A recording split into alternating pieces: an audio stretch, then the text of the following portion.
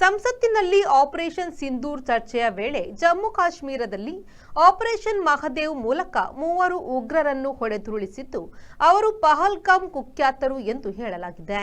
ಜಮ್ಮು ಮತ್ತು ಕಾಶ್ಮೀರದಲ್ಲಿ ಭಾರತೀಯ ಸೇನೆಯು ಲಷ್ಕರ್ ಎ ತೈಬಾ ಉಗ್ರರ ಮೇಲೆ ದಾಳಿ ಮಾಡಿ 3 ಬಲಿಯನ್ನು ಪಡೆದಿದೆ.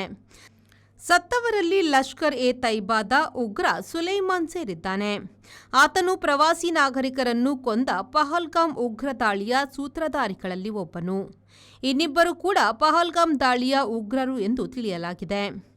ಸೈನಿಕರ ಗುಂಡಿಗೆ ಸಾವು ಕಂಡ ಇನ್ನಿಬ್ಬರು ಅಬು ಹಮ್ಜಾ ಮತ್ತು ಯಾಸೀರ್ ಎಂದು ತಿಳಿಯಲಾಗಿದೆ.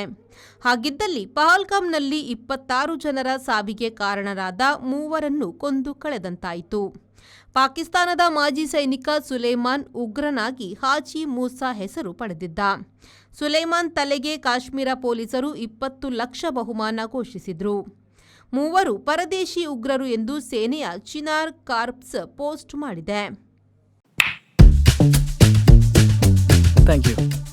Ajanta Business Center provides comfortable space where work gets done with more ease. A friendly environment means less of stress, more of teamwork. Sir?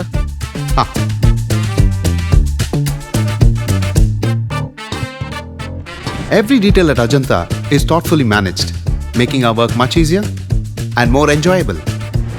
When employees work in harmony, it creates an environment where everyone thrives, allowing us to achieve the best of work with maximum effectiveness.